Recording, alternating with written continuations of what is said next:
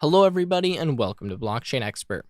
In this video, I'll be walking you through a project that utilizes Chainlink.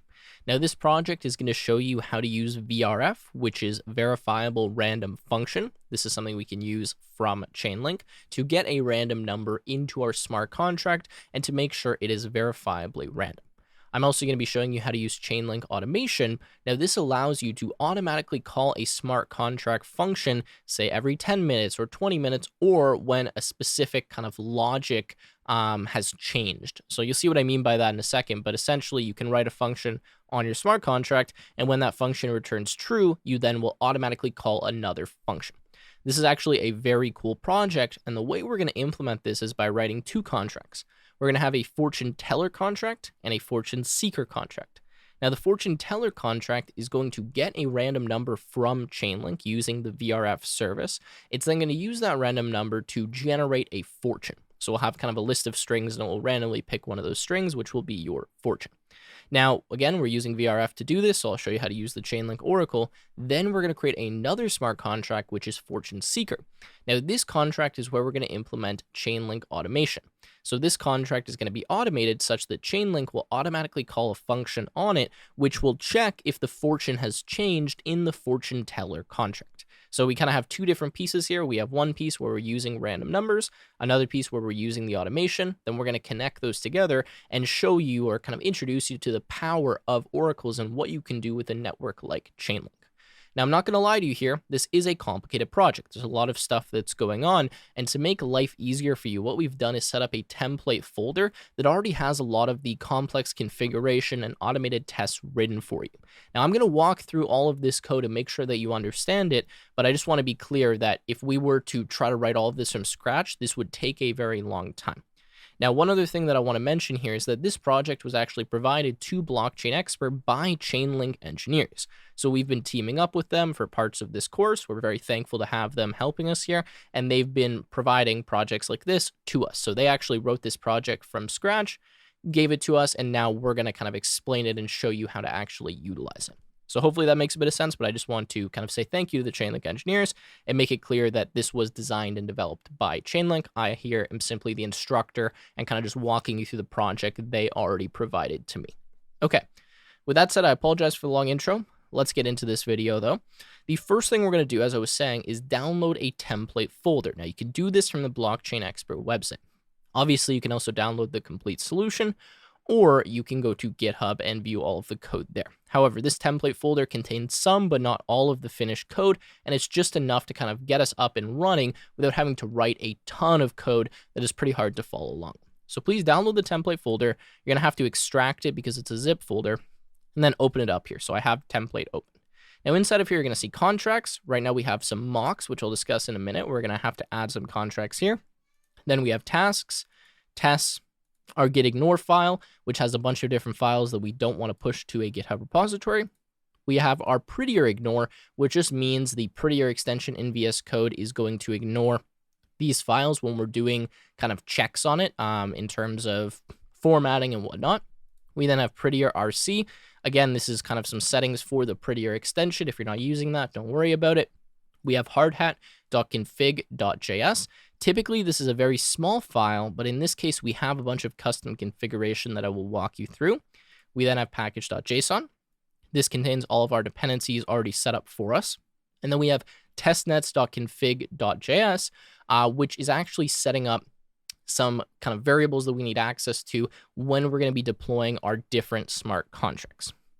Okay, so the first thing we're going to do here is we're going to make sure we're in the template directory, and we're just going to install all of the dependencies. Now, the way we can do that is just by typing npm i. This is going to read through package.json, get all of the dependencies, and then download them for us. This is going to take a few minutes for you. For me, I already have them all installed in my node modules folder. Now, what we're going to be doing here for this video is we're going to be using a live test network. Now, we need to do this to interact with Chainlink because we need the Chainlink Oracle network to be able to actually communicate with our smart contract. So we can't do all of this on our local network. In fact, there is a way to do it, but it's not kind of in a real environment. So we need to actually connect to an Ethereum test network, get some free Ether, and then utilize that as well as Chainlink. So the first thing we're going to do here is we're actually going to open up our browser. So let me just open up a new browser tab here, and we're going to connect to something known as the Avalanche, Fuji network. Now, this is a special test network that the Chainlink engineers have told me about that is fairly fast and reliable and should work for you. You can use other networks as well, but I'm going to recommend you follow along with this one because that's what this video is going to do. So how do we do that? Well, we can open up MetaMask, and we can connect to the Fuji network. And in fact, you can see I'm already connected here. Now, obviously, I need to walk you through these steps. So we're going to go to Add Network, and it's going to bring us to this page here. Now, we do have the option to connect directly to the Avalanche network C chain, but that is not what we want. We want the Fuji network. So we need to find the information for that and then add the network manually. So let me pop up the page that has this network information, and then I will be right back. All right, so I've just popped up this page here that says how to connect to the Fuji test network. Notice this is from the Avalanche website, which is what provides this test network for us. And this is the information that we need. So feel free to pause the video and then you can kind of copy all of this, or you can just look up how to connect to the Fuji test network, and you should be able to find this page relatively easily on Google. You also could just pause and type this link out. So I'm going to copy all of this stuff. So let me get the network URL. I'm going to paste that here. I'm going to get the test network names, put that here. The chain ID, take that. Okay, make sure all of these are the same. Our currency symbol is AVAX, and then we're going to have our testnet.snowtrace.io, which is kind of like your Etherscan, URL. Okay, now it's giving us some error here. Don't worry about that. Going to click on Save, and there you go. We've just added this test network. So now you can change that by just clicking on it in the Networks tab, and I'll close this one here. Okay, now you'll notice I already have some AVAX because I've been experimenting this with this before, but I'm going to show you how we get access to that. So again, pause the video if you need to so you can copy this information.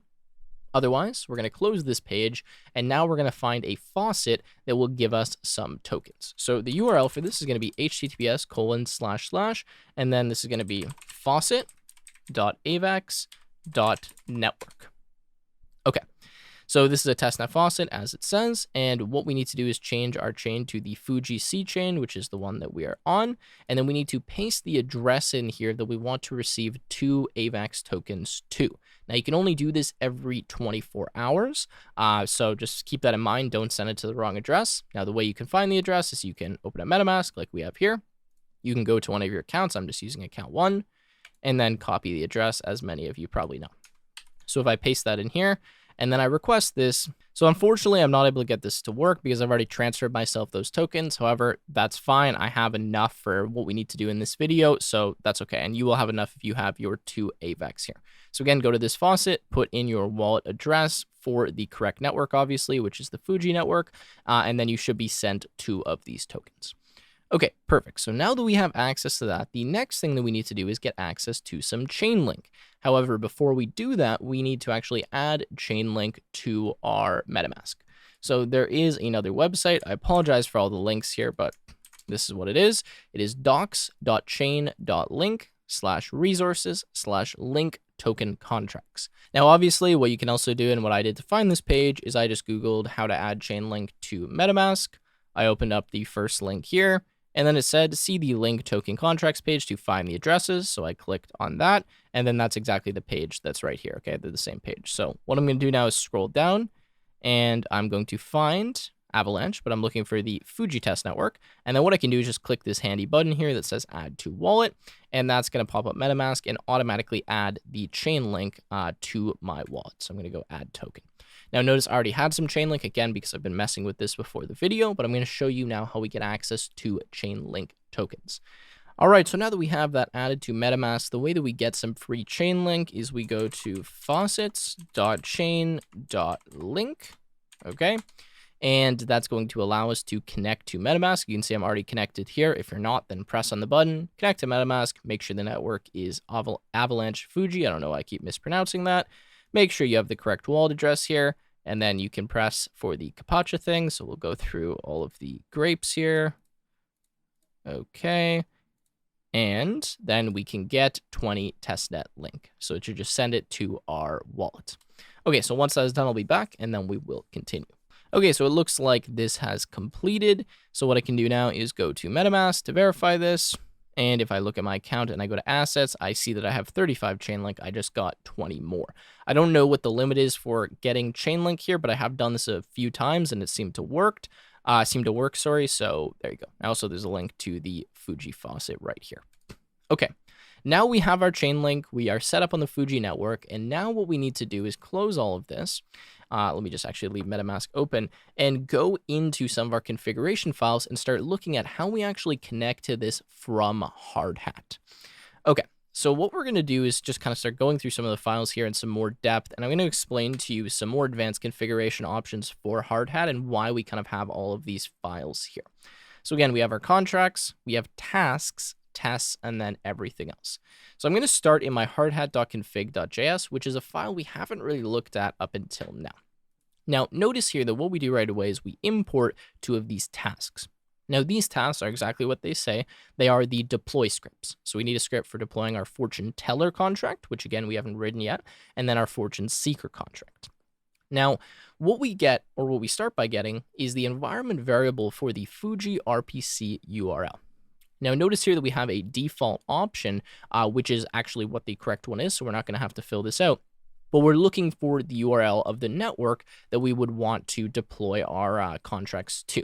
Then we have our private key. Now, this is going to be the private key of our Ethereum account. Now, obviously, you don't want to share this private key with anyone, hence why we're putting it in an environment variable, and I'll show you how we write the correct environment variables such that this script is going to work for us.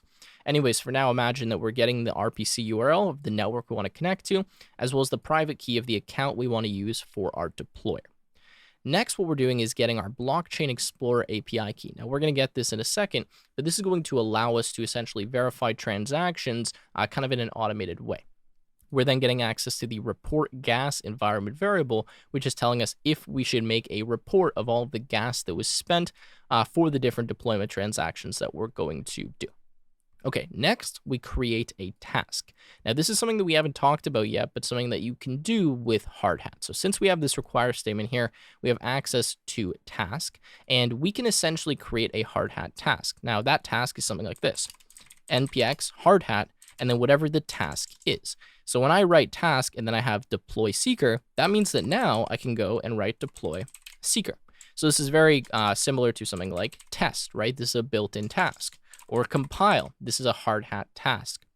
Or deploy, those are all tasks that you can use with Hardhat. So here we have a custom task that we're writing, which is deploy seeker. And this just gives us a description of what this task is.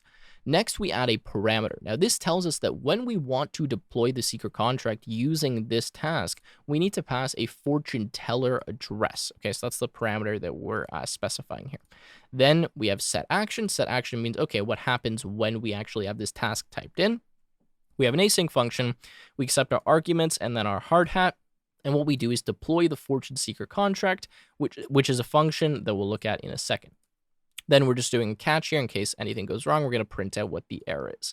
Now, exact same thing for deploying the fortune teller. Again, I don't need to kind of bore you by writing this manually. You can see how this works. We can set up these 2 custom tasks to make our life easier to automatically deploy this code. Perfect. Okay, now we continue to some more configuration options. So we have Solidity, which is just specifying different compiler versions we have access to or that we should be using. We have our default network, which is the Hardhat network, so the localhost network that we've used many times now. And then we have custom networks in here. Now, when you specify custom networks, what this allows you to do is when you write npx Hardhat deploy, you can go -- network, and then you can specify one of the networks that you've put here. So we could do localhost, we could do Hardhat, or we could do Fuji. Now, Fuji here, we're going to use our Fuji RPC URL, and then we're going to specify our private key as one of the accounts that we have access to. Now, the chain ID is going to be different because that's the chain ID for the Fuji test network. So hopefully this makes a little bit of sense, but this is how we set up another test network within the Hardhat configuration. Now, since we're not using our localhost node, we need to actually have our own private key here, which we specify, as well as the RPC URL for this network and the chain ID. Then this is, again, going to automatically push to that test network for us.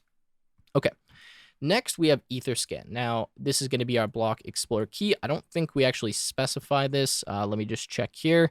Block explorer key. Okay, so that's right here. And sorry, this is going to give us access to the testnet explorer, kind of the Ethereum Explorer, whatever you want to call it, blockchain Explorer, so that we can verify that different transactions or deployments have actually gone through. You'll see how that works later on when we actually use this deployment script. That's why we have this here. Now, Gas Reporter, this is an option that we have in Hardhat that allows us to generate kind of a output file telling us how much gas was used. And you can see that we're specifying the currency is USD. So it's going to generate a gas report.txt for us whenever we do a deployment transaction, etc. Okay, next we have Contract Sizer. I'm not really going to discuss this very much, so don't worry about it for now. And then we're going to have Paths. And then Mocha. Now, this is just for our tests. We're just setting a timeout here for running all of the tests because they could take a fair amount of time. All right. If you want more information about this, feel free to look up the Hardhat documentation. Again, I'm not going to get into that right now. Okay, so that is the hardhat.config.js. Does look a little bit confusing, but hopefully it's understandable what everything is doing in here and kind of how that works. Next, we have our testnet.config.js. Now, inside of here, what we're doing is essentially specifying some variables that we're going to have access to, but only when we deploy to this test network. Now, we're going to use those variables from our tasks here. So for deploy fortune seeker and deploy fortune teller. And all of this stuff is going to make sense in a minute because we'll kind of be able to change this and fill it up. The information we have other than the subscription ID should be correct, but this is something we need related to Chainlink. And again, I can't really discuss it too much right now, but you can see something like the link token address is going to be the address for the smart contract that represents Chainlink on whatever test network we're using. In this case, this is the address for the Fuji test network. And then again, coordinator address, that's another contract address that we need to specify based on the specific network. Okay, so that's testnets.config.js. And then I think I already discussed getignore and prettier and all of that. Okay. Now we want to look at our tasks. So we have deploy fortune teller. This is the first one we want to look at because this is the first contract we're going to write. Okay, so notice we're loading in our testnet configuration, right? So from testnet config, so that then we get access to the variables that we defined inside of there. Then we're getting some variables here from Hardhat, and we're setting up a few other variables that we're going to need, okay? VRF coordinator, subscription ID, VRF coordinator address. All of this will make a little bit more sense later once we start actually looking at this. And then we have the chain ID that we're going to be using. Now, the first thing we want to figure out is, are we deploying this to a local network or not? Now, if we're deploying this to our local network, that means we can't actually use kind of the proper real Chainlink Oracle network. That's because the Chainlink Oracle network is only interacting with things over the internet, right? It's not going to interact with our local network. So in that case, we need to use something known as a mock. Now, a mock, if you're familiar with testing, is essentially faking what a real kind of resource would be. So in the case of Chainlink, we would actually be using a real oracle, but if we're on our local network, we can't do that. So we're going to mock what that oracle would be so that everything works like it would in a real environment, but kind of faked in a sense. So I know that's a bit confusing, but that's kind of the best that I can explain it. So that's why we're checking, okay, are we on a local network? Now, if we are, we need to do all of this. And really what all of this is doing is setting up the mock of Chainlink. I don't want to get into this too much because we're not really going to use this in this video, but just understand that when you're doing automated testing or when you're trying to deploy only to a local network rather than a real test network, there is some things like mocks that you do need to consider if you were in a larger development project or kind of team environment, etc.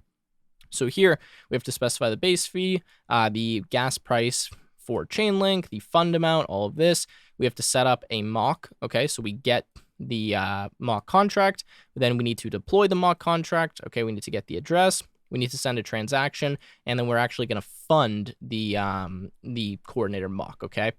Again, seems a bit weird. I know this probably makes no sense right now, but this is all needs to be set up for Chainlink to work on your local network. Now, if we're not on the local network, as you can see right here, then we don't need to do that. Instead, what we need to do is we need to get the subscription ID, which is actually going to be on the real Chainlink Oracle network, as well as the coordinator address. Again, that's coming from our testnet.config.js, and then we can use that when we are deploying our smart contract. Okay, now if we don't have either of these values, we get an error. That makes sense. Okay, and then we're going to say we're deploying it to whatever network we're on. Now, this is kind of starting the actual real deployment stuff, okay, not related to Chainlink. Here, what we're doing is we're getting the contract, as we already know, and then we're deploying it. And for this contract, we're going to require the subscription ID and the VRF coordinator address. Again, I'm going to talk about what all of these things are. Don't worry about them too much. Now, wait for block confirmations. This is just waiting for, in this case, if we're on a local network 1, if we're not on a local network 3, confirmations or new blocks to be added. The reason we're doing that is to make sure this transaction is valid before we actually spit out and say, hey, all of this was successful. Okay, then we have a wait, fortune teller contract deploy transaction wait. So we're just waiting for this number of confirmations. Then we're going to log that we deployed this. And then here, if we're on a live test network, verify the fortune teller contract. We're going to verify this using our Etherscan API key, as you can see right here, userconfig.etherscan. If we are on a localhost network, then we're going to add a consumer. This is something that we're going to do manually ourselves, but since we're setting up a mock for Chainlink on our localhost network, we would need to do this here. Okay, again, apologize that a lot of this is not fully making sense yet. It will as we actually start kind of looking at Chainlink and setting up these contracts, but I do just need to walk through this first so that you don't have a ton of code that makes zero sense. All right, now we have deploy fortune seeker. Now for deploying the fortune seeker, we're doing very similar things to what we did for deploying the fortune teller. Now recall that when we use the fortune seeker, what we're doing is essentially calling a function on it every X seconds. In this case, we're specifying 10 seconds. That's going to check if we need to look for a new fortune on the fortune teller contract. So to test the fortune seeker contract, we actually need to have the fortune teller contract deployed. And that's why it's asking us for the fortune teller contract address here when we deploy the fortune seeker. Same thing, we're waiting for our block confirmations, and then we're going to verify that this was correct. Now, in terms of setting up mocks here for Chainlink, we're not doing that in this example just because we don't really need it for this style of contract. Again, you'll see why once we actually start writing it. For now, though, this is the task, okay?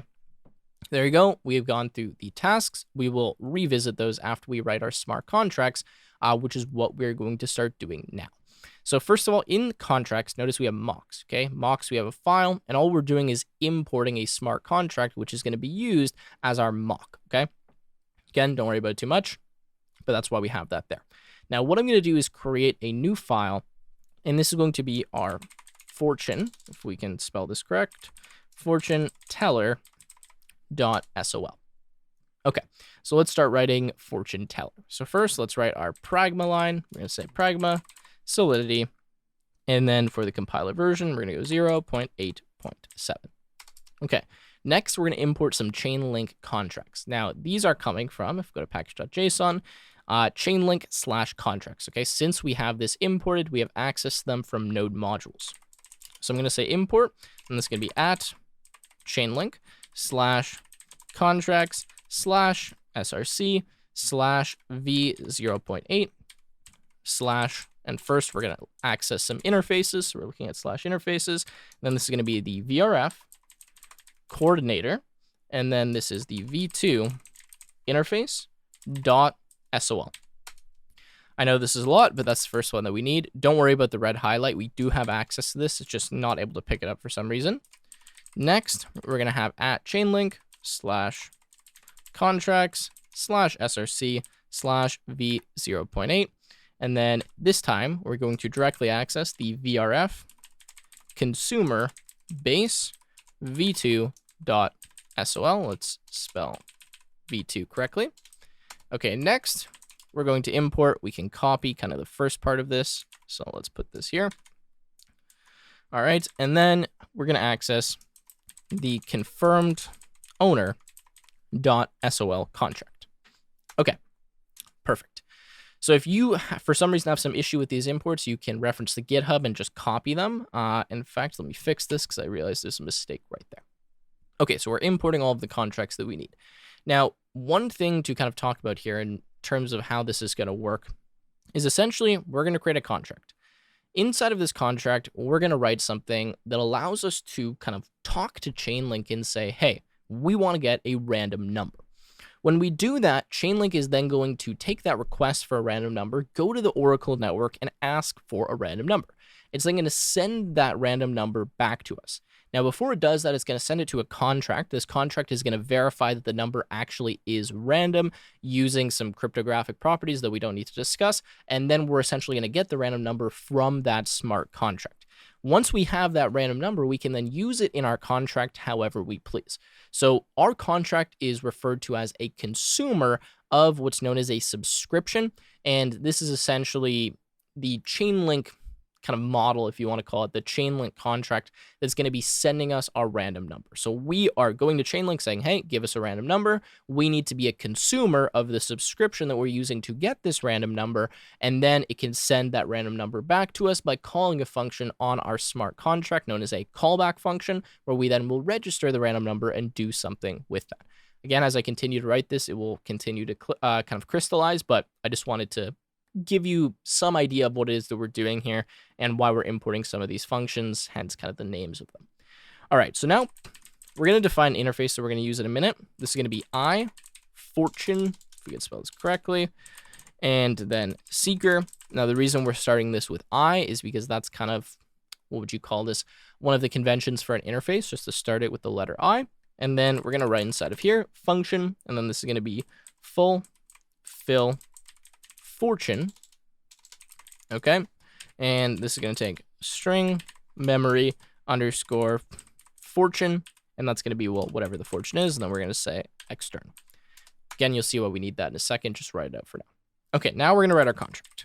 So we're going to say contract having issue spelling fortune, but we're going to say fortune teller, and then we're going to inherit from the VRF, we can spell this correct, consumer, and then base v2. We're also going to inherit from the confirmed owner. Okay, so those are the two contracts that we imported, right? VRF coordinator, sorry, not interface, but base v2, and then the confirmed owner. All right, now that we've done that, let's start writing some events as well as some storage variables that we need. Okay, so first event is going to be request sent. And this is going to take a uint of the request ID, and then a uint, we're going to make this a 32 of the number of words that we are requesting. Now, a word is just going to be a random number, okay? So whenever you hear me say words here, that's really referring to an instance of a random number. Next, I'm going to say event, and then this is request fulfilled, and this is going to take in a uint request ID, as well as a uint array of random words. Now, in this case, we're only going to be requesting one random word at a time, but it is possible to request multiple. So we're kind of writing this in a more dynamic way such that later you could change it and you could request multiple random words at once. Okay. Next, we need a list of fortunes. Now, I'm going to copy this in. I'm not going to bore you by writing it, but we're just going to have a string array here. We could put this in bytes. It would be more efficient, but for testing purposes, it's fine to be a string. And we're just going to have a bunch of different fortunes here that we can randomly select from. So feel free to read these out, copy them if you want, or you can just put your own, or you can only have one or two, completely up to you. Okay, next, we're going to have a string, and we're going to say that this is public so that anyone can view it. And then this is going to be the last returned, and then fortune, like so. Now let's make sure this is capital. Now the reason we want this is so that we can track whatever the last returned fortune was and give that to our fortune seeker contract whenever it calls into this contract. Okay, so we're going to keep track of that. Next, we're going to have a struct called request sent. Sorry, not request sent. This is going to be request status. Okay. Inside of here, we're going to say bool fulfilled. We're going to have bool exists, and then we're going to have uint array of random words. All right, so whenever we send a request for random words, we're going to create one of these request status structs. We're going to store this obviously in some kind of mapping, which you'll see in a second, and then we're going to update the status to be fulfilled whenever we actually receive our random word, and then we'll put that random word inside of this random words array. Hopefully that makes a bit of sense, but we are essentially requesting a random word. Okay, we got to wait for Chainlink to give that to us. Once it gives that to us, we update this information, then we're good to go. All right, next we're going to create a mapping. We're going to say mapping, uint, and then this is going to go to our request status so that we have the IDs kind of mapping up with our statuses. And we're going to make this public. We're going to say s underscore requests. We're just going to preface this with S because later we're going to have to use a request variable. So this is just storage requests, right? Okay. Next, we're going to say our VRF, and then this is going to be the coordinator, and then V2 interface. And then we're going to say in all capitals that this is our coordinator. Okay, we're going to talk about this in a second, but this is essentially going to be the smart contract that allows us to coordinate the random numbers. So we have this coordinator contract that essentially will make sure that the random numbers that are coming to our smart contract are verifiably random. You can read more about this in the Chainlink documentation, but there is a cryptographic proof that is submitted with all random numbers. The coordinator is essentially what coordinates or looks at this proof, makes sure it's correct, and allows us to actually get access to this random number. Okay, so we have VRF coordinator, V2 interface of coordinator, like so. All right, next we have a few more state variables. We're going to say uint, and then this is going to be our S underscore subscription ID. Okay, we're going to specify that in the constructor, which we'll write in a minute. The subscription ID is going to reference the Chainlink subscription. And again, this is kind of what we call it in Chainlink, to access a random number. Next, we're going to say uint. We're going to make this an array. This is going to be public. And then we're going to say this is the request IDs. And we'll just make this equal to an empty array for right now. And actually, I don't even think I need to specify this. I can just leave it like that. Reason for that being that we want to keep track of all of the different requests that we have generated. So we're going to put that in this array. Next, we're going to have a uint public, and this is going to be the last request ID, just so we have a variable that can quickly tell us what the last request ID was so that we can then look that up. All right. Next, we're going to have bytes 32. This is going to be called a key hash. For now, I'm going to make this equal to an empty string, but we're going to fill that in a minute with some Chainlink information. Okay. Next, we're going to go uint. This is going to be 32. We're going to say this is the callback gas limit is equal to, and then this is going to be 100,000. Okay. Next, we're going to have uint request confirmations. And we're going to make this equal to 1. We could make this equal to more than 1 if we wanted to. Again, the confirmations is the number of blocks that have been validated since the block that contains your transaction. And the reason you would have this is so that you're not going to start using any random number or value submitted here until it has a certain number of confirmations. However, for dev, 1 is totally fine. And then next, we're going to have uint numwords is equal to 1. Now, just to quickly touch on this callback gas limit here, this is something we're going to use to make sure that the callback into our smart contract when we receive a random word does not cost too much gas, because that's going to be using actually Chainlink funds of ours, which we'll look at in a few minutes. So we're just kind of setting a maximum, right? So we're setting it at 100,000. It can be difficult to determine what this value should be, but it should be the maximum amount of gas that you could potentially use from the callback function, which again, we need to talk about. I'm sorry, there's a lot of stuff we need to discuss. This is a little bit complicated, but just kind of bear with me here. It will all make sense. Okay, now that we have all of our storage variables defined, we're going to create a constructor. Now, what we need to know here when we create this contract is we need to know what our subscription ID is, which again is kind of how we're going to get our random number from Chainlink. And then we need to know what the coordinator address is. So look here, we have our VRF coordinator. We need to know what that is because we're going to use that coordinator contract as a part of this process. So we're going to say constructor, and we're going to say uint 64, and then this is going to be our subscription ID. We're then going to take address, and this is going to be VRF, and then coordinator like that. Okay, so now that we've done that, we need to initialize both of our base contracts here. So VRF consumer base and confirmed owner. So what we're going to do is write VRF consumer base v2, and then we're going to pass to this the VRF coordinator because that's what it requires. And then we're going to say confirmed owner, and we're going to pass to confirmed owner our message.sender. All right, now the confirmed owner is essentially just going to do everything that we've done manually ourselves previously, where we've specified who the owner of the contract was, and then we've had that kind of modifier only owner. So this just provides it for us so that we don't have to actually write it in this contract.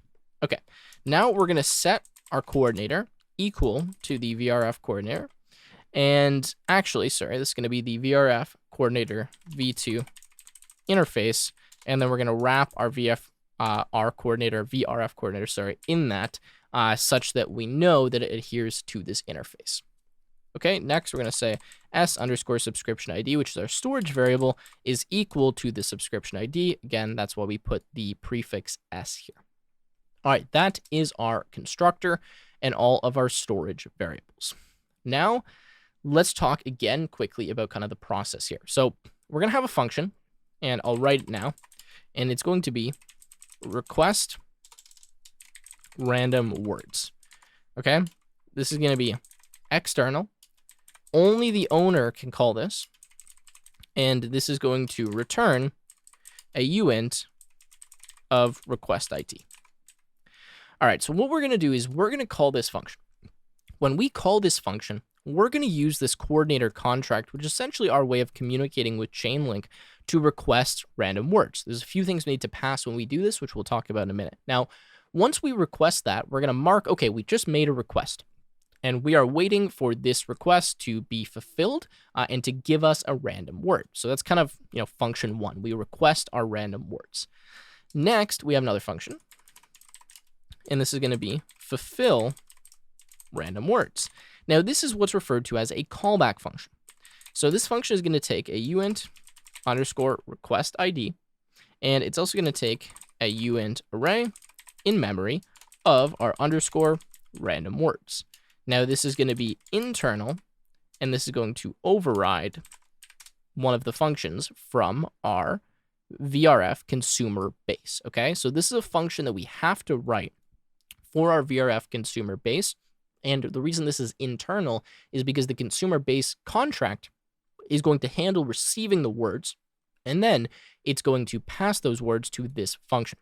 So this is where we essentially handle the callback of actually receiving the random words or the random numbers into our smart contract. Hopefully that makes sense. But this is where you request it, and then this is where it's going to be received. And this will be received asynchronously, right? So it's going to take a few seconds to generate the random words. Once they're ready, it's going to call this function, and then we can handle everything we need to inside of this function. All right, so these are the two, let's call it kind of meaty functions or most complicated parts. Once we have the random words, then we can do whatever we want with them. So this is really kind of your setup, right? You have your two functions, request random words. You can call this anything you want, by the way, and then your fulfill random words, but it needs to be called exactly this because we are overriding that from the VRF consumer base v2 contract. Okay, let's go into request random words. So when we request random words, we're going to say that our request ID is equal to our coordinator. Now, notice that what I'm actually doing here, since I've labeled my return value, is I'm just specifying the request ID that I want to return in this variable, in this return variable. Hopefully that makes sense. Okay, so request ID is equal to coordinator dot, and then this is request random words. Okay. Now, when we request the random words, we need to pass the key hash, the s_subscription ID, the request confirmations. This is the number of confirmations we're going to wait for, the callback gas limit, and then the number of words that we want to actually request here, right? So I think that's fairly straightforward. The only thing I haven't explained is the key hash. Again, don't worry about that too much. It's just based on the specific network that we're using to actually request these random words, all right? Now, the subscription ID is referencing, again, the Chainlink subscription that we're using. And the reason we need this is because we need to provide Chainlink with funds so that it actually has the ability to do this, right? We have to pay for this. It's not free. So we're going to provide Chainlink funds to our subscription. And then that's going to allow us to actually be calling this fulfill random words function, okay? Hence why we have like a callback gas limit. We'll talk about that later once we get to that step, but that's why we have some of this information. Okay, so we use the coordinator contract, request our random words. By the way, this coordinator contract is the same for all of the smart contracts that are on one of these test networks. So every test network will have a different coordinator address, but there's just one coordinator contract for our random words. Hopefully that makes a little bit of sense, but you would use the same coordinator in multiple smart contracts. Okay, next, we're going to have s_requests at our request ID. Remember, this is our mapping, is equal to our request status. And then inside of request status, we'll initialize the values that we need. So we're going to say the random words is equal to a new uint, and then we're just going to initialize this with a length of 0, just so that we do have an array here. And sorry, this needs to be a colon, not equal sign, and that needs to be a comma. Next, we're going to have exists. This is true. And then we're going to have fulfilled, and this is false. Okay, so we're kind of initializing this request status struct and then storing that associated with its ID. Next, we're going to say request IDs dot push. And then we're going to push our request ID here. And then we're going to say the last request ID is equal to the request ID. And then we're going to emit our request sent event, just in case we need to use that from some kind of front end. And we're going to pass here the request ID as well as the number of words that we requested. Then we're going to say return the request ID. Okay. So there you go. That is our request random words function. You can kind of write this however you want. All you really need is this to request it. All right. Now that we have this, we're going to write our fulfill random words function. Again, the reason that Chainlink or the coordinator contract knows to call this is because we are a consumer contract, which we've inherited from right here. So that's why you need to write this function exactly as I have. Okay. So we have fulfill random words. Inside of here, we're going to require, first of all, that s underscore requests at underscore request ID exists. So that you can't call this function if the request ID has not yet been created.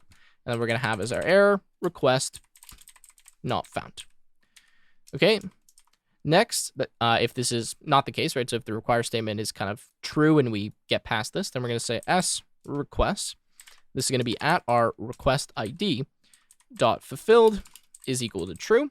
And then we're going to set what the random words are. So we're going to say s requests at request ID dot random words is equal to the underscore random words. And then lastly, we can emit the request fulfilled with the request ID and the random words. Okay, that's all we need for fulfill random words. So now that we have fulfill random words and request random words, we have what we need to actually be generating a random number and to be receiving that inside of our smart contract. The next step here is to actually write some logic related to our fortune teller, right? So returning a random fortune, viewing information about a current request, etc. So we're going to say function, and then this is going to be get request, and then status like this. We're going to take a uint underscore request ID, and then this is going to be an external view that returns, and we're going to return bool fulfilled, and then uint array memory, and we'll label this as random words. So I'm just using the labeled returns. You don't have to, but I think it's more clear for this example. All right, so when we do get request status, first of all, we need to require that this request actually exists. So we're going to say s underscore request at underscore request ID dot exists. And then otherwise, we're going to say request not found. Okay, and then we're going to say request status, and then this is going to be memory request is equal to s requests. And then this is at underscore request ID. Okay, let's put our equal sign here. And then we are going to return. And then this is going to be the request dot fulfilled and the request dot and then the random words. Okay, there you go. That's all we need for getting information about the current request status. Now that we have that, we're going to write a function called seek fortune. Now, this function is going to be used by our fortune seeker contract. So it's going to seem a little bit out of place right now, but I'll explain how it works. So we're saying function seek fortune external payable. So we're actually going to require funds be sent to this smart contract to receive a fortune. Now, what's going to happen is our other smart contract, fortune seeker, is going to call into this contract. It's going to call this function right here. And what this function is going to do is it's going to return whatever the current fortune is. However, the way it's going to return this is by calling a function on the contract that called this function. So this is referred to as a callback. The reason we're doing that is because that's how we need to return this information. We can't just have a regular return statement. And you'll kind of see what I mean and kind of how we've set this up. So we're going to say require, and we're going to say message.value is greater than or equal to 0.001 ether. And then this is going to say insufficient payment to the fortune teller. Now, keep in mind, there's all kinds of other ways to do this, but this is just kind of the example we wanted to show you here. Essentially, what we're doing is we're requiring a certain amount of ether to be sent such that when we call back the callback function, we have enough money in gas to do that. So we're making sure that you're funding our contract before we call a callback function, because if we try to call a callback function and we have no funds, then that's going to break, right? We're going to have a revert. So what we're going to do now is we're also going to require that the last request ID does not equal 0. And otherwise, we're going to say no request fulfilled yet. So this way, we're not going to let them call this function if we haven't had any random words yet, if we haven't generated a fortune. Okay. Now what we're going to do is we're going to say string memory fortune. And then this is going to be equal to the get fortune function, which we need to write in a second. We're then going to say I fortune seeker. Remember, that's the interface that we wrote right here. And we're going to create this. So we're going to say I fortune seeker. We're going to call this seeker is equal to I fortune seeker. And we're going to wrap the message.sender. So that's the reason why we wrote this interface, so that now I can view the message.sender address as a fortune seeker contract. And I know that the fortune seeker contract has what function? Well, the fulfill fortune function. I'm going to fulfill that fortune with the fortune that I have right here. So this is kind of what I mean by the callback. We're calling into now whatever called us, because we're viewing it as a fortune seeker and passing to it the fortune information.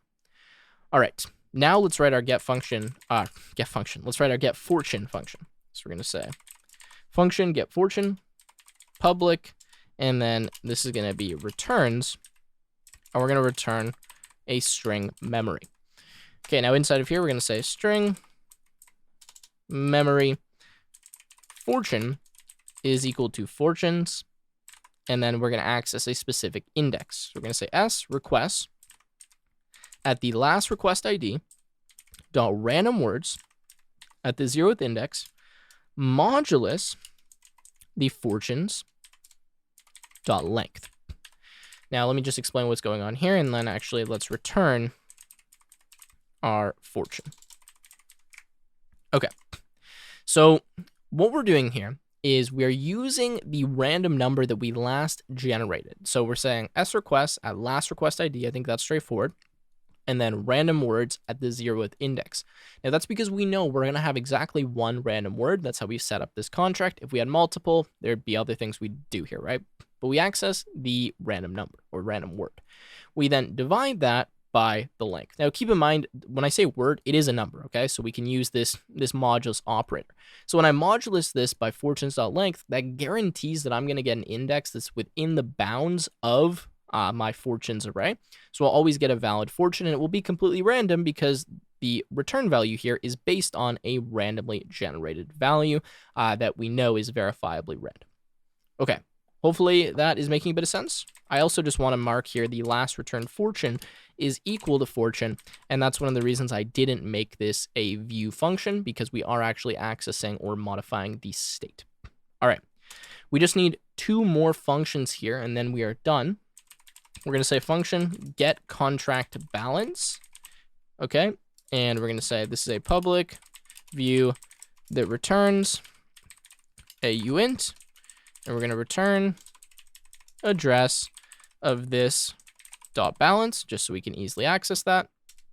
And then we're going to say function withdraw balance. And the reason for this is so that we don't just lock Ethereum in this contract, and that the owner of this contract, after all of this, these seek fortune functions have been called, can take any remaining balance after the gas fees have been paid. So we're going to say public payable. Only the owner can call this. Okay. And then we're going to say bool sent is equal to message dot sender dot call, and then this is going to be value address this dot balance, and then we're going to put our empty string. Okay, let me just add the other quotation mark here. And we're going to say require sent, and then we're going to say failed to send ether in withdraw. Okay, and then one thing here, I'm just going to make sure this is payable. So I'm going to wrap payable message.sender like that. Okay, so I think that is good. And those are all of the functions that we need here for this smart contract. So let's just quickly go through it, and then I will actually deploy this and show you how we set it up with Chainlink, and then we can actually start using it and seeing how we generate our random number. So we have our iFortune Seeker interface. Okay, we've gone through that. We have our 2 events. We have all of our fortunes. You can write whatever ones you want. We're storing the last fortune that we returned, so that we always have access to that. We have our request status that tells us if it's fulfilled, if it exists, and what the random words were that were returned to this request. We have our mapping, which is associating IDs with their statuses. And we then have our coordinator contract, which is what we need to use to actually request a random number. Okay, next we have our subscription ID. This is essentially how we determine what Chainlink balance we should be using to pay for all of these random number generations. We then have our request IDs. The last requested ID, the key hash, which again, we don't need to talk about too much, just related to Chainlink, callback gas limit, request confirmations, number of words, and then our constructor. For a constructor, we need the subscription ID and the coordinator address. This varies based on the network that we're working on, hence why we can't hard code this in. We then are going to call the constructor for our base contract, so VRF consumer base v2 with the coordinator, and then confirmed owner with the message.sender to set that. We then set the coordinator and the subscription ID. Then we move on to request random words. This is what we call only as the owner to essentially get a new random number and change the fortune, okay? So we use coordinator.request random words, pass all the information that we need. Then we create a status. We then push our request ID into the array. We make sure that we mark our last status, right? Our last request ID, sorry. And then we emit this event and return the request ID. Next, we have fulfill random words. Notice this is the override. This is required when we are using this VRF base contract. And what we're doing first is just requiring that the request ID does actually exist so that we first called request random words. We then are going to mark this request ID as fulfilled. We're going to set the random words and we're going to emit this event. Next, we have the get request status. Okay, just giving us information about a specific request ID. Seeking fortune. This is an external function that is meant to be called by a fortune seeker, right? Hence why we have the fortune seeker that we're using here, and we're going to return the fortune in a callback like so. Okay, so seeker.fulfill fortune. Next, we have get fortune. Get fortune is a public function anyone can call that's going to give us what the current fortune is based on the last requested random number. Then we have get contract balance. That's straightforward, and withdrawing the balance, same thing. Okay, we have now finished the smart contract. It is time to deploy it and to test it. So let's do that now. All right, so first thing we need to do here before we deploy is we actually need to open up a Chrome tab, and we're going to go to a link here that's going to allow us to configure our Chainlink subscription. So we're going to go to the following, vrf.chain.link/Fuji, okay? Because this is the network that we're working on. So let's go to that. It's going to bring us through this page. Let me just make this full screen. First of all, connect your wallet, okay? Now, once you do that, what we're going to do is we're going to look for the key hash, the link token, and the VRF coordinator. Now, notice if we go back to hard hat here, let me just kind of make this half our screen, that the link token, VRF coordinator, and key hash are all things that we need. So if we go to testnet.config.js, right, we have our coordinator address and the link token as well as our subscription ID. Now, these are correct because when I did this using Chainlink. However, if you don't have these for some reason, or if you're working on a different network, then you need to swap these, okay? So copy these, paste that in, same thing, okay? And then we'll get to the subscription ID in a second. Now, we're going to go to Fortune Teller, and we're going to hard code in here the key hash, okay? So we're going to copy the key hash and just paste it, and it actually doesn't need to be inside of a string. Just put it as a regular bytes value, okay? So we copy the key hash inside. Okay, that's step one. Next thing we need to do is create a subscription. So we're going to go create subscription. For the subscription address, we're going to use our connected MetaMask account, okay? So we're going to go create subscription, and it's going to use MetaMask to do this. So let's go ahead and do that. And we need to use a bit of Ether for the gas fee for that, right? Okay, so this transaction will take a second.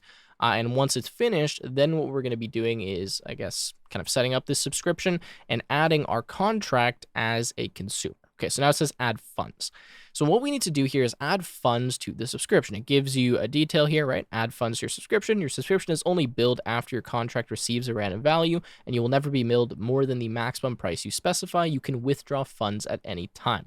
Now, we do this using the link tokens that we got. So in this case, I'm going to add 5 link. It uses a very small amount of link each time we request a random token, and you can see how much later. Okay, so we're going to go add funds.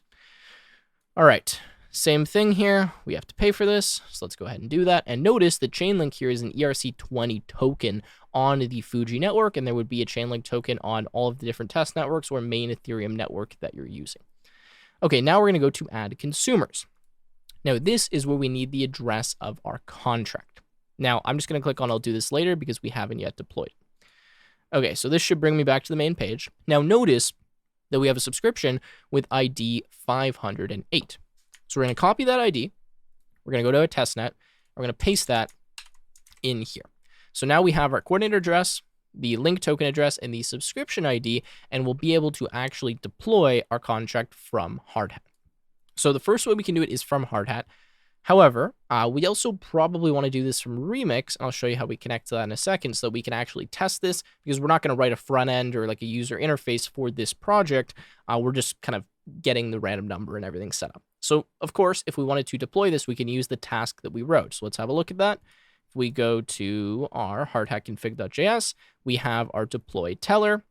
And the way we run this is npx hardhat, and then this is deploy teller.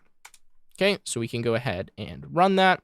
And we got an issue. Let's see what the problem is. It says artifact for contract not found. Okay, so the way we're going to fix this is we're going to say npx hardhat compile, just to compile all of our contracts and get our necessary artifacts.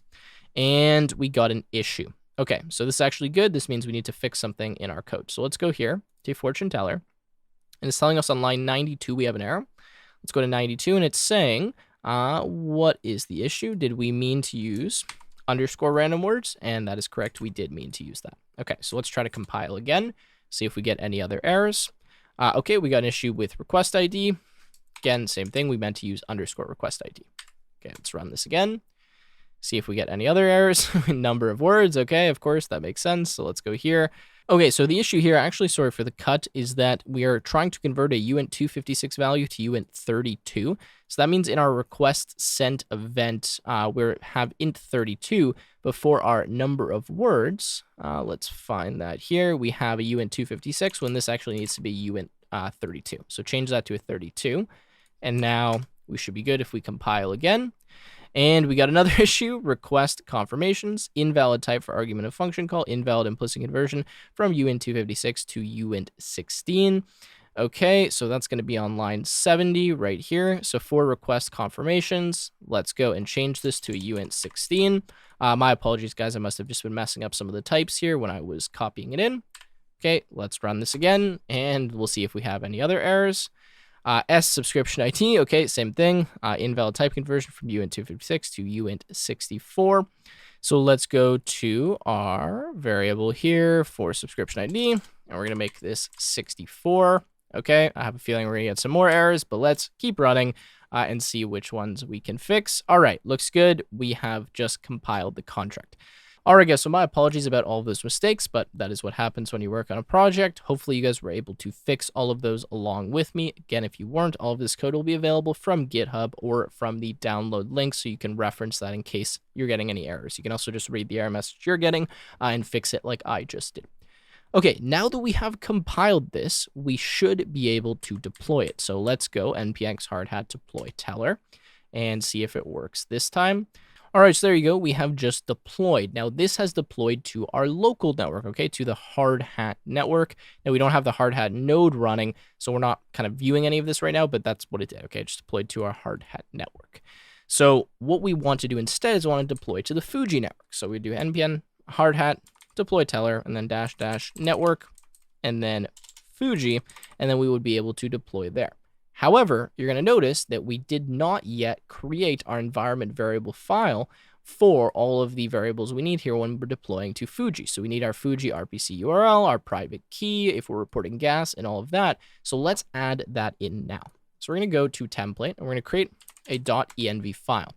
Inside .env, we need a few variables. So I'm going to copy these. Actually, we don't need the RPC URL because we already have the default here, but we're going to take private key. I'm going to show you how we get this in a second, by the way. We're going to go to Fuji Snowtrace API key. Again, I'll show you how we get that. And then I'm going to go to report gas. Okay, and let's put that in here. So report gas, I'll make this equal to true. And then we need our private key and our Fuji Snowtrace API key. So for the Fuji Snowtrace API key, we're going to go to the website here. I'm just going to pull it up on another tab, which is Fuji Snowtrace. All right, so let me just bring up a website here. My apologies. We're going to go to snowtrace.io/APIs. And here we are going to sign in or create an account to get access to an API token so we can use that to verify our contracts. So I'm going to sign into my account here, and then I will be right back.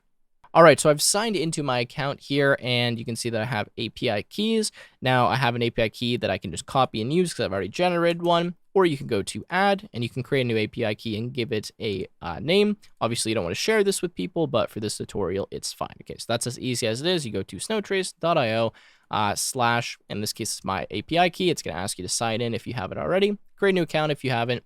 Sign into that account, and then go to API keys, generate one. And then we're going to go here and we're going to paste that API key for this environment variable. Lastly, we need our private key.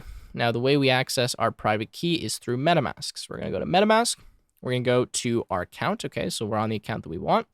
We're going to go to the 3 dots. We're going to go to account details. And then you're going to click on export private key. Now, I'm not going to click this in front of you because I don't want to share it with you.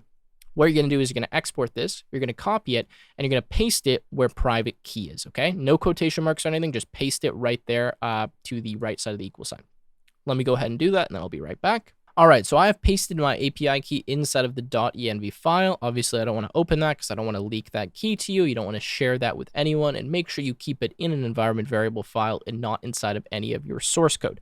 Do not share your private key with anyone, otherwise they will get all of your funds, whether it's on a test network, whether it's on a real network, doesn't matter. They will rip all of them from your account. So please keep your private key safe. Anyways, it's in there now.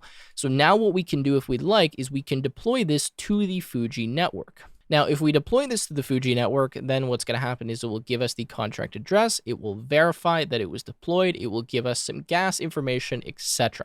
So feel free to do this if you want. However, I'm not going to do this because it makes it a little bit more difficult to actually test our contract. So what I'm going to do instead is connect to Remix, and then I'm going to deploy through Remix. Now, again, keep in mind that if you're deploying in this method, you need your coordinator address and your subscription ID. These need to be valid, otherwise your contract is not going to work, okay? And there's another step as well that we'll go through, but I'm just trying to walk you through all of the different methods because there's a bunch that you can do here. So you can deploy in this way, or what I'm going to recommend is we deploy through Remix. So the way to do this through Remix, I did show this in one of the Web3 Tools videos, is to go to the Remix extension, which you should have installed in Visual Studio Code, and to start the Remix client. So I'm going to do this. It's going to take a second. Okay, now it tells me to go to this website. So I'm going to go to remix.ethereum.org. And now, let me just close this. I'm going to go and connect to localhost. Okay, I'm going to click connect. That's fine. And this should now connect me to my local workspace where I have my template folder. Perfect. That's exactly what we want. Now what we need to do is compile our contract, and then we can deploy it. So I'm going to go to contracts, fortune teller. Now that I'm there, I'm going to go here to compile, and I'm going to compile my fortune teller contract. Okay, so that is now compiled. Now I'm going to go to here, deploy and run transactions. And now, let's just make sure we have this page open because we're going to need this in a second. Let's go full screen. Let's go deploy. And we want our subscription ID. In my case, it's 508. For you, it's going to be different. And we want our VRF coordinator. So for our VRF coordinator, we can get that from a few places. We can also get it from here. So I'm going to go Avalanche Fuji here. I'm going to copy the VRF coordinator. Notice my subscriptions are here, okay? I'm going to go back to Remix. I'm going to paste that in. Okay, so now that I have this information, I actually almost forgot, but I'm going to change this so that we're using our MetaMask. Okay, we need to make sure we're connected to MetaMask, otherwise this isn't going to work. And then I'm going to click on transact. It's going to pop up MetaMask, and I'm going to pay my fee. I'm going to deploy this, and then in a second, once it's done, we'll have deployed contracts. Okay, there we go. Now we can start using this. So for example, I can look at the owner. I can look at the last returned fortune, which is nothing. The last request ID, which is 0 because we haven't requested anything. We can get the contract balance, etc. Okay. So what we want to do if we want to start using this is use request random words. So let's request random words, and it gives us an issue. It says this transaction will likely fail. Now, the reason this is going to fail is because we've not yet added this contract as a consumer on our VRF subscription, okay? So the way we do this is we copy our contract address, we go to VRF, and we click on our subscription. So I'm going to go to 508. Inside of here, I'm now going to go to add consumer. So we need to be added as a consumer. So I'm going to paste this address inside of here. And you can have multiple consumers, by the way. Otherwise, this isn't going to work. So we're going to pay our fee to add this as a consumer. And now we will be able to actually consume a random number. Okay, let's give it a second here to finish. And then we can test it out and see if it's actually being received. Okay, so let me close this because that is done now. Notice we have 1 consumer, 0 fulfillment. All right, that's fine. Let's go back to remix. And now let's try to call this function. So we're going to say request random words. Notice this time we don't get that error because we are a consumer. And now I'm going to confirm. And now let's look at last request ID. Okay, so I just had to wait a second here for this transaction to go through. Now we can see the last request ID has been updated. And if I copy this and I paste this here, now that we see that it has been fulfilled. Okay, so fulfilled is true. And we have our random word. Now, if I had done this a little bit sooner, then you would have seen that it wasn't fulfilled and we were still waiting for this to come in. Anyways, it's fulfilled. Now, what I can call is get fortune. So notice if I look at my last returned fortune, I'm not getting anything yet, and that's because I haven't generated one. I need to generate one using get fortune, so I'm going to call get fortune here. This is a state changing operation, hence the transaction. Okay, let's confirm. And now, if I go last returned fortune, we should see in a second here that we get a fortune. So all your hard work will pay off soon. There you go. We have just generated a random number using Chainlink VRF, got that inside of our smart contract, and then use that to generate a random fortune. There you go. You have officially integrated with Chainlink and used a decentralized Oracle network. So this is just kind of part 1 of this project. We're going to continue now and write another contract called Fortune Seeker. It's going to utilize this contract, and I'm going to show you about Chainlink automation. However, at this point, take a quick breather, grab some water, maybe have some lunch or some food, because this obviously was a lot of work. I know this was complicated, but now you're really going to see the power of combining these 2 different tools and how, okay, yeah, we just got random numbers. That's already pretty cool. We can do quite a bit with that. But now we add this automation piece in. We have these 2 contracts interacting with each other, and hopefully this will give you a really good sense of the type of applications you can build using decentralized oracles. So that's really, again, all I need to test for now. What we're going to do is go back to Visual Studio Code, start writing our Fortune Seeker contract, and then we'll do the same thing, deploy that, set up the automation, etc. So actually, one thing I quickly wanted to show you before I do that is when I go back to Chainlink VRF here and I look at my subscription, so 508, you can see that we have 1 fulfillment, right? And if we click in to our subscription, how do I view this in more detail? Not sure if I can do that. Right here, okay? We can see that we have an address, we have the fulfillment, the total amount of link that was spent for that fulfillment, etc. Okay, it gives us kind of the history of what happened here, success, the current balance we have afterwards, and then events, all right? So there you go. Hopefully that makes a bit of sense, but that is how the Chainlink subscription works.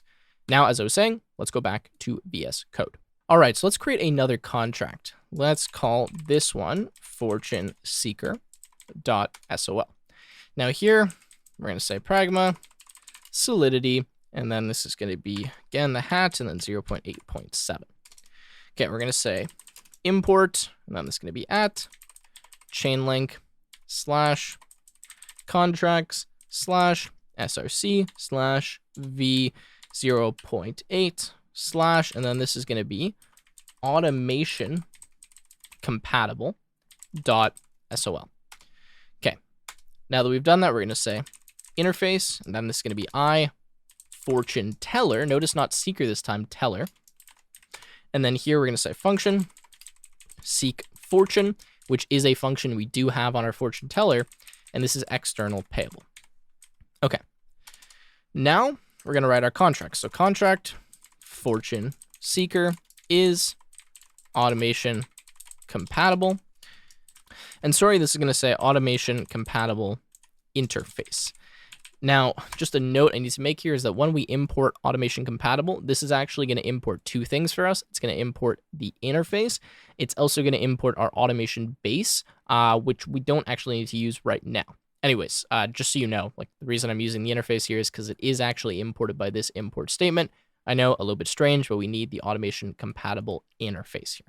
Okay, so we're going to write two events. I'm going to say in sufficient balance, or insufficient funds, sorry, not balance. And we'll say that this is going to be uint balance.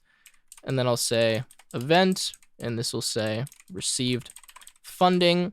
And then this will be a uint amount like so. And now we're going to write a few different public variables that we need. So again, just to clarify what we're doing here, we're going to write fortune seeker. Fortune seeker is going to be automated, meaning it's going to kind of automatically call into our fortune teller looking for if the fortune has been updated. That's the idea. So we need to set this up using kind of Chainlink automation. So we have two specific functions we need to write that adhere to this interface, and then we can write whatever logic we want inside of those. So first, let's say address, public owner. So we're not going to use the owner contract this time. We'll just kind of do it ourselves. We're going to say address, public, fortune teller. We need to know that address so that we can call into it. And then we'll say string public fortune. Okay, so the last fortune that we got. Then we're going to say uint public immutable and then interval. Okay, just meaning it cannot be changed. And then we're going to say uint public, and then this is going to be last timestamp. And you'll see what we need then in a second, but it's the last timestamp that we updated the fortune at, or not quite, but that we did a certain operation at. Okay, next we're going to make a modifier. We're going to call this only owner, and we're going to require that the owner is equal to the message.sender. Otherwise, we're going to say caller is not the owner. Okay, and then we're going to put our underscore here to call the underlying function. Next, let's write our constructor.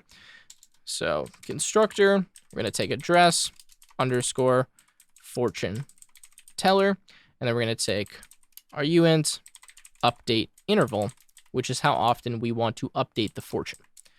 Okay, then we're going to say our fortune teller is equal to the underscore fortune teller. We're going to say the last timestamp is equal to the block.timestamp. We're going to say the interval, interval is equal to the update interval. And then we're going to say the owner is equal to the message.sender. All right. Now, the two functions that we need to write here to adhere to this automation interface are check upkeep and perform upkeep. Now, the way this works, at least the way that we're going to be doing this, is we're going to make it so that the Chainlink kind of automation system is going to call a function. This function is called check upkeep. If this function returns true, it's going to tell Chainlink to call another function called perform upkeep. So essentially, we're doing automation based on logic. So whenever this check upkeep function returns true, based on the state changing, etc., then we call the perform upkeep function. Rather than doing this based on time, which is another option you have with the Chainlink automation system. You can instead do it every 30 seconds, every minute, every hour. We're not doing that. We're doing it based on kind of this check update function, okay, which you're going to see. So let's write this. I'm going to say function check and then upkeep, and make sure you write it exactly like this because we need to adhere to the interface. We're going to say bytes and then call data here as our parameter, and we don't actually need to put any name, okay?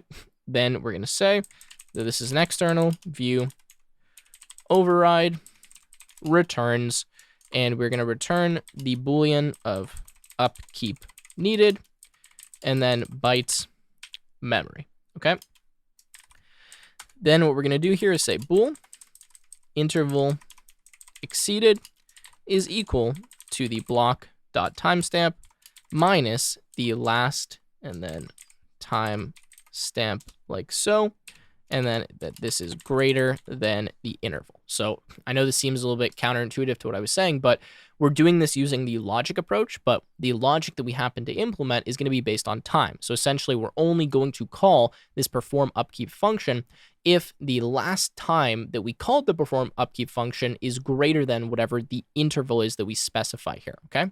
Now, again, we could have done the same thing just using Chainlink's time system, but we're going to do the time implementation ourselves.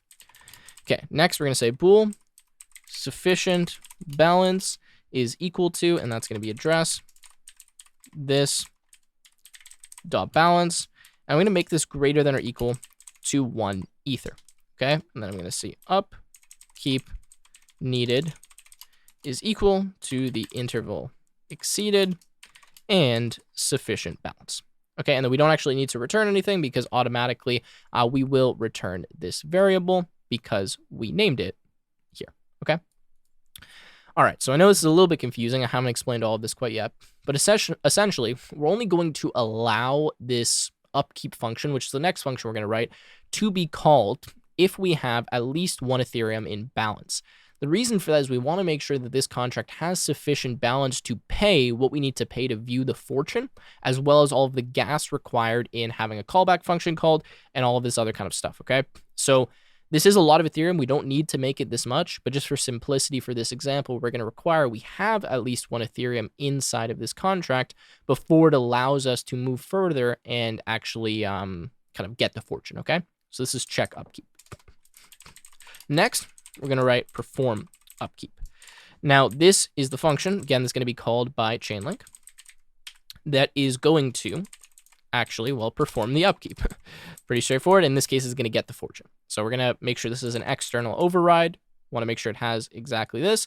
Again, we don't need to actually use this parameter, so we just specify the type, but we don't need to give it a name. Okay, so we have perform upkeep.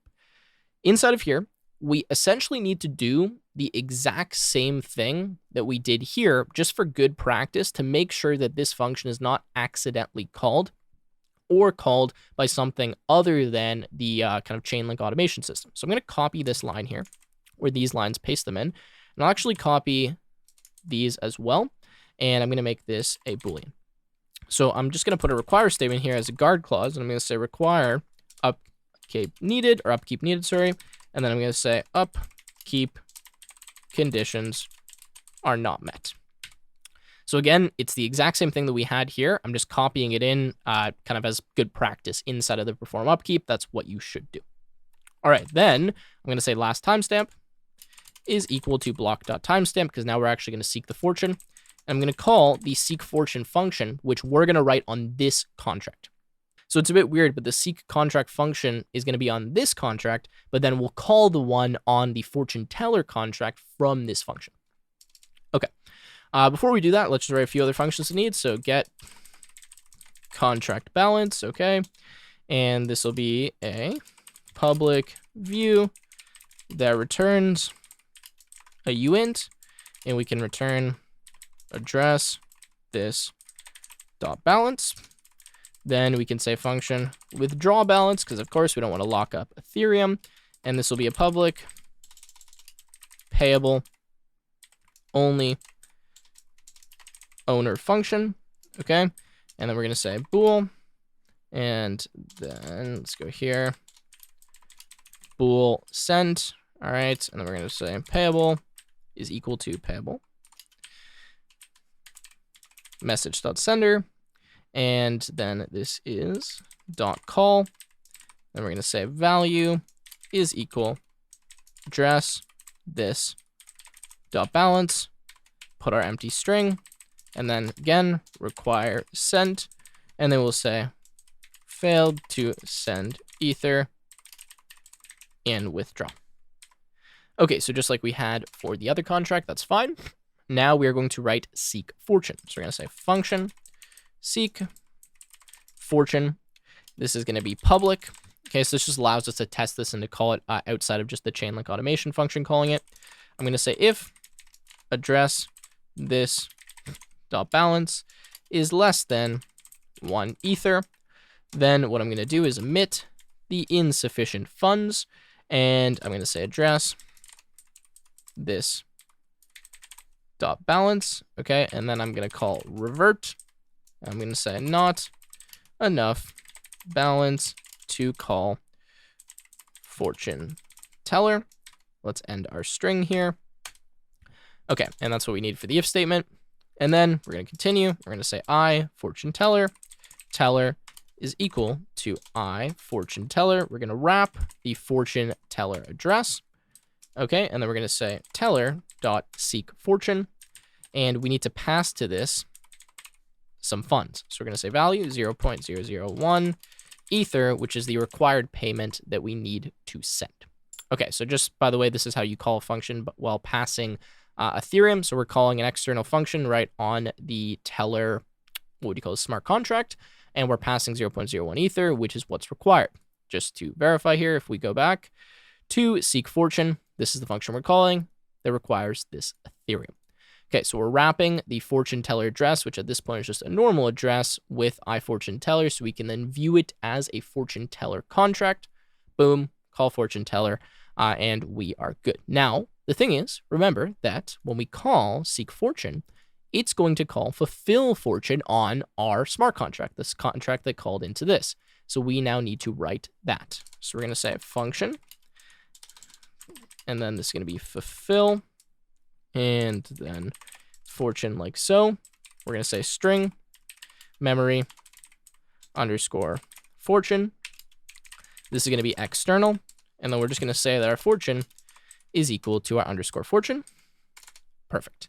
Now, since this contract here is going to need to have funds, right? It needs to actually receive funds because we have this check where we need to have at least one Ethereum before we're able to perform the upkeep, then that means we need to write a receive function.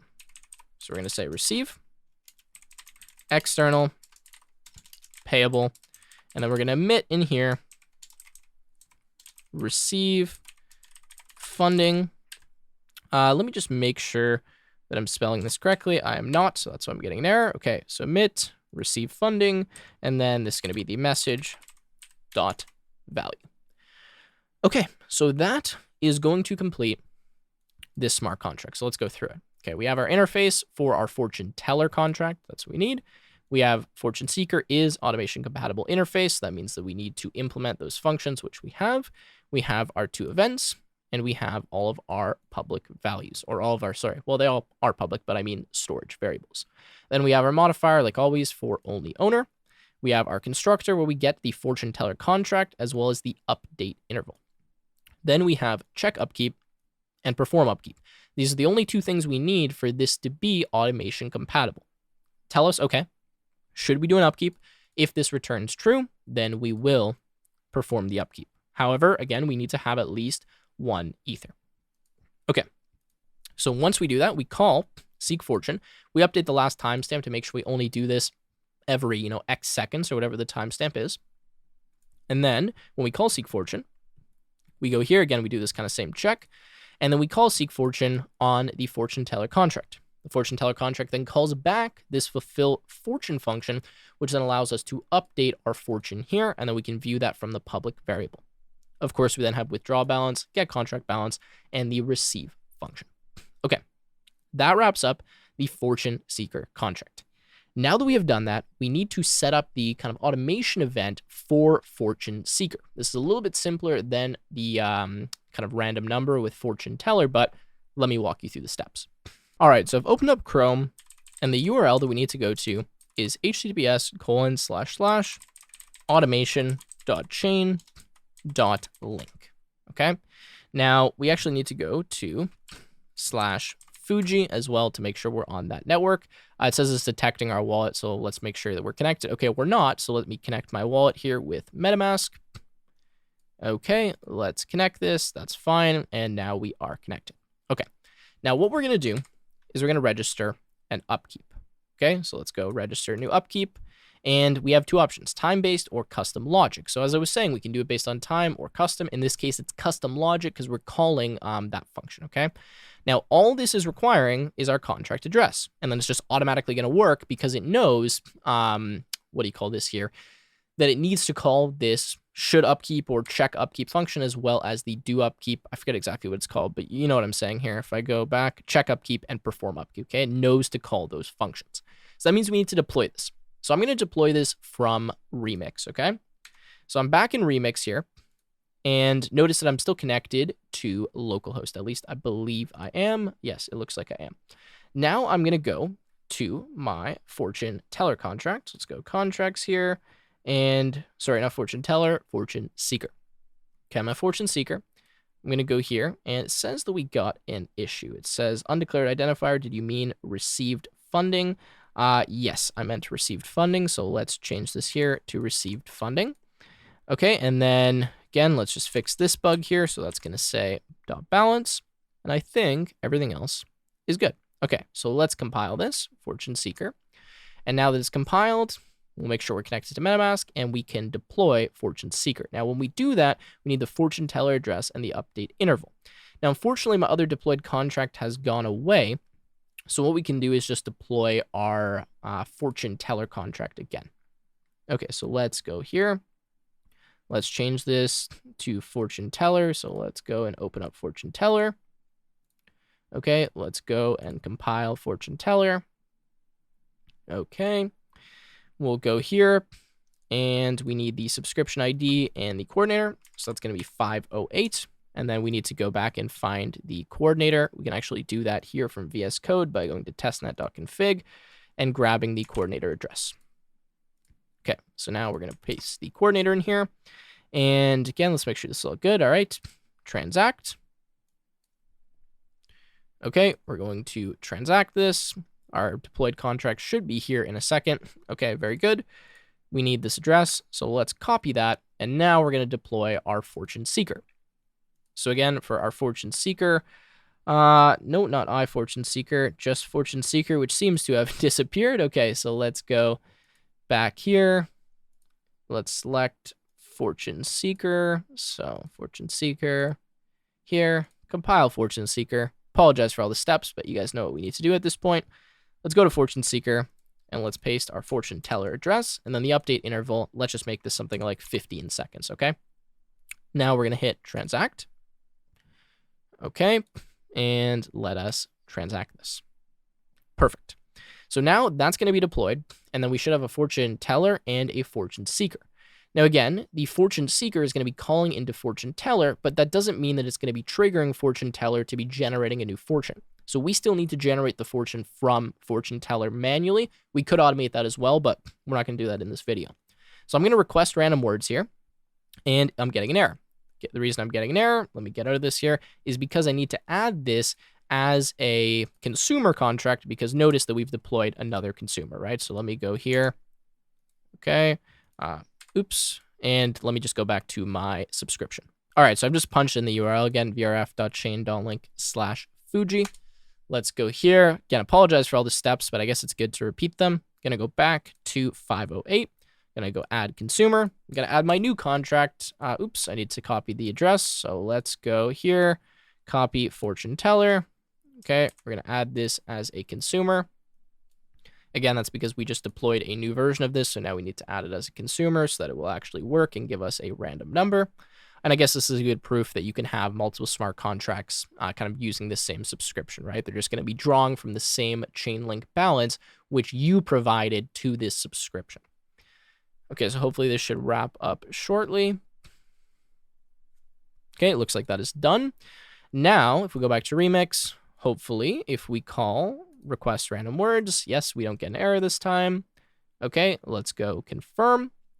And now, let's go last request ID. Okay, it's going to take a second. Okay, it's updated, so let's copy this. Paste this here. Notice it is not fulfilled yet. But if I continue to call it a few times, eventually it will say that it's fulfilled. And then once it is fulfilled, then we should be able to generate a fortune and then get that fortune from our fortune seeker. Okay, so this has been fulfilled now. Very good. So now we can go get fortune. Okay, so let's get our fortune. And now that we've done that, our fortune seeker should be able to get our fortune. So let's see if this actually works by just calling fortune. Okay, so we haven't gotten any fortune quite yet, and that is because we've not yet set up our upkeep. So let's take our contract address. Let's go to upkeep here and paste this in. Okay, it's unable to verify. That's fine. We're going to click next.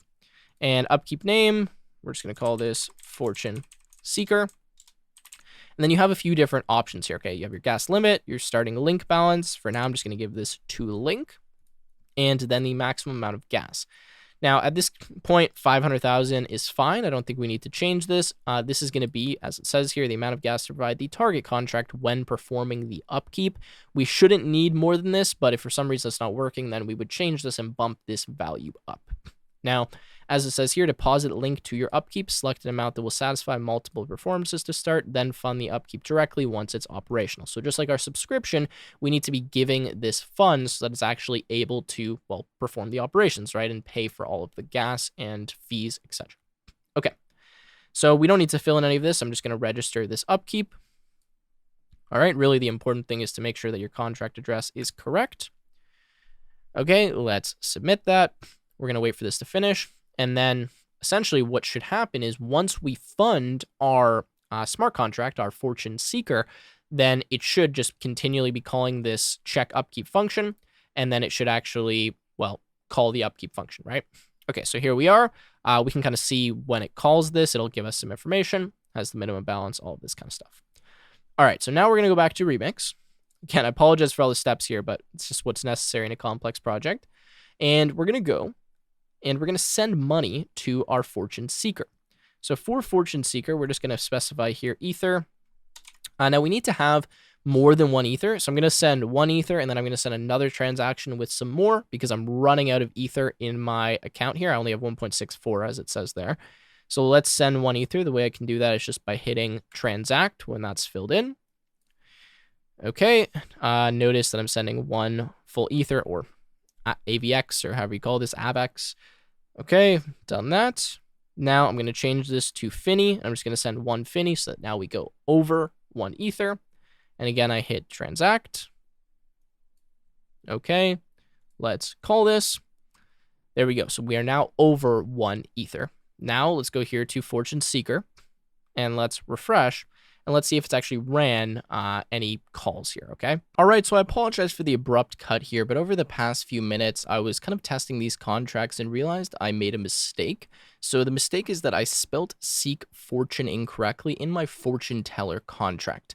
So what I'm going to do here is I'm just going to take my balance out of both of these contracts by withdrawing it. So I'm going to go here to Fortune Seeker, and I'm going to withdraw my balance just to get all of my Ether back. Then what I'm going to do is I'm going to fix this mistake, and I'm going to redeploy the contracts, set up the VRF again, and then set up my Fortune Seeker contract. So I apologize that we're going to have to kind of redo this process here, but it's just because I spelled this wrong, so now I need to redeploy the contract, kind of just a part of doing the Web3 development here. So what I'm going to do is spell this correctly now. So this is going to be Seek Fortune, okay?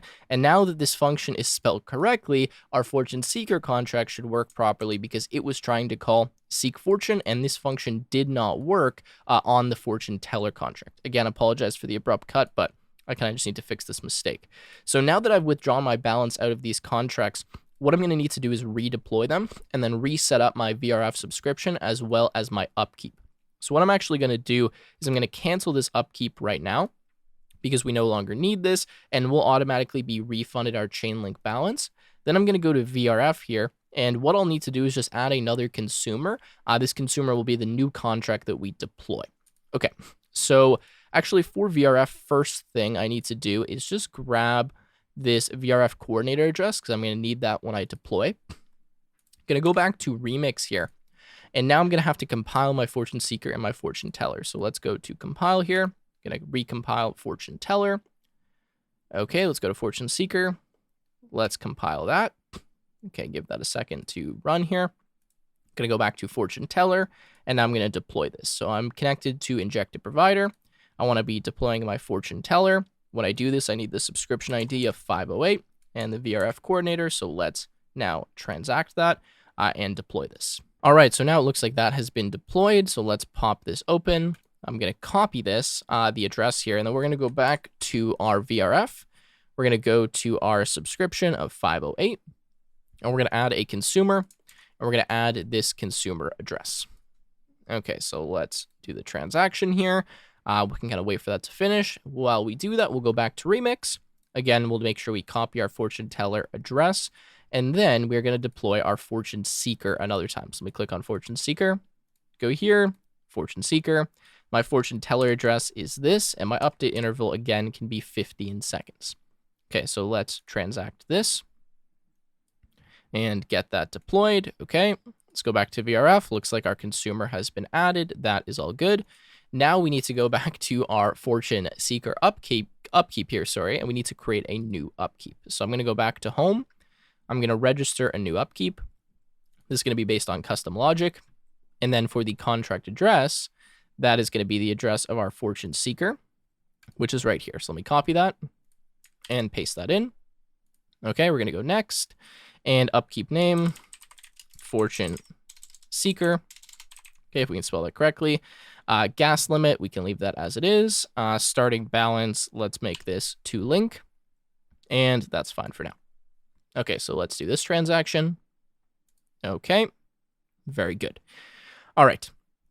Now that we have done that, what we need to do is kind of repeat again the process where we generate a fortune, and then we actually make sure that we fund the fortune seeker contract so it's able to call fortune teller. So let's go to fortune teller.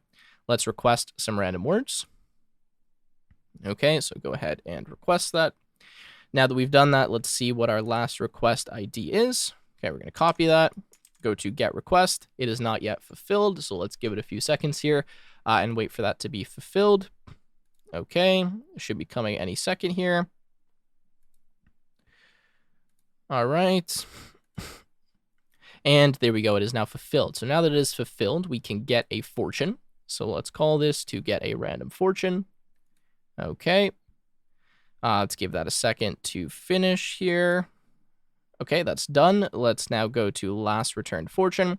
And there we go. We have a fortune. Now that we have that, let's go to our fortune seeker. Okay, now that we're at fortune seeker, what we want to do is fund this. So the way I can fund this is I can go here and I can enter 1 ether. All right, and then I'm just going to hit transact. And I'm going to send this 1 ether, and I'm going to have to send it a little bit more just so that we go above 1 ether as the contract balance, and that way we are able to call seek fortune. Okay, so let's send this a little bit more. Again, I can just go here and send this 1 finne. All right, let's transact and send this through. Okay, again, we'll give that a second to go through. All right, very good. So now that it's gone through, let's just check some of these variables. So interval, last seen timestamp, okay, owner. And now what should be happening is we should actually automatically be calling seek fortune, which should then send the funds to our fortune teller and then retrieve the fortune. Since our fortune teller already has a fortune, we should be getting one in this contract. So let's have a look at our upkeep here. Okay, so let's view the upkeep, and we can see that we have a balance, and it says the last date ran was December 4th, 2022 at 15:21. What that means is that it did actually run our function for us to seek the fortune. So since it did that, if we go back here and now we look at our fortune, we see that we have a fortune. Now notice on Fortune Seeker, I haven't ran any of these functions myself. This was the upkeep that ran the seek fortune function. So it called check upkeep. Since that returned true, it called seek fortune and it automatically updated the fortune for us. Again, notice I've not manually called any of those functions, and our balance has now decreased. So now we need to fund this again, otherwise it's not going to allow us to call this. So let's send even more. In terms of finne, we can send this, I don't know, let's go 100 finne. I don't know how much that actually is, but let's transact that here. Okay, let's pass that in, give that a second, and let's see here. Now we have slightly more balance. Okay, so that's good. Now what I want to do is go to Fortune Teller, and I want to change the fortune. So I'm going to request more random words, and I'm going to show you that the fortune will automatically update. So recall our fortune is a golden egg of opportunity falls into your lap this month. Okay, that's what it was before. Now we're going to go to get fortune. Actually, let's just make sure this request is good first. So let's copy this, go here. It's not fulfilled yet. Okay, so let's wait for that to be fulfilled. And then once it is fulfilled, we'll generate a new fortune. Then we'll go back to the fortune seeker and we'll see if it has that updated fortune. Okay, so it's been fulfilled now. Let's go to get fortune. Let's go here. Okay, very good. Let's wait for that to go through. Okay, that's gone through. Now let's go to last return fortune. Notice we have a new one. You will learn patience from smart contracts, okay? Now let's go back to fortune seeker. And again, notice I haven't called any of these functions. And let's see what our fortune is. And notice it automatically updated here. You will learn patience from smart contracts. There you go, and you'll see that this balance will continue to decrease so long as the condition is met. So every 15 seconds, essentially, this is going to be called, and it's going to update the fortune anytime we change this in Fortune Teller. You can see that this actually just dropped by 1.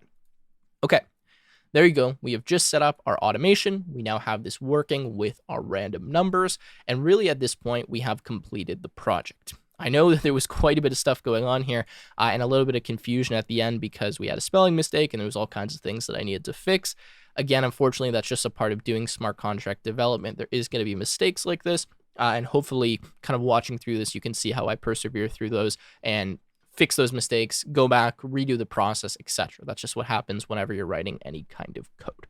So with that said, that's really going to start wrapping up the video here. So at this point, you've seen, again, how to set up automation to automatically be calling a smart contract, which is what we just did. Again, you can see that from this page right here, our automation page. We also looked at how we used VRF, so our verifiable random function, to generate random fortunes within our smart contract. We then saw how we could kind of use both of these in a combination where our fortune seeker is constantly getting any of the updated fortunes from our fortune teller. Now, if you wanted to go a step further, you could actually automate the fortune teller contract such that it is automatically going to generate a new random number every 15 seconds or minute or hour or whatever time frame you want. That way, you might have 2 sets of automation where the fortune teller is being automated and then the fortune seeker is automatically getting any of the new updated fortunes from fortune teller. Really, the point of this project was to give you an in-depth example that used multiple smart contracts with different Chainlink functionality so you can kind of see how it works and how to set it up. There is quite a bit of setup. There's a lot of stuff that you need to do, but once you understand that, it shows you really the power of smart contracts and what you are able to do on the blockchain. Obviously, this is just a small example. You can extend this and make it much more in-depth. You can make much larger projects with this technology, and we hope that you're going to do that in the future. So let me just quickly go back here to our main code. I will mention here that there is automated tests if you'd like to run that on your code. Now, these tests may fail simply because some of them are checking a specific error message. So it may say something like, it didn't revert with the correct error message because you typed it incorrectly or you didn't use the right capitalization. If that's the case, you can go in and modify the test, or you can modify your actual code. I'm not going to show you kind of how we go through this. We've already looked at it. If you want to run it, you can do npx hard hat test, and feel free to kind of study through the test here to see how this is written to interact with Chainlink. Again, that's a bit beyond the scope of this video. So with all of that said, all of this code will be available from the link in the description. I hope that you found this video valuable, and I look forward to seeing you in another Blockchain Expert video.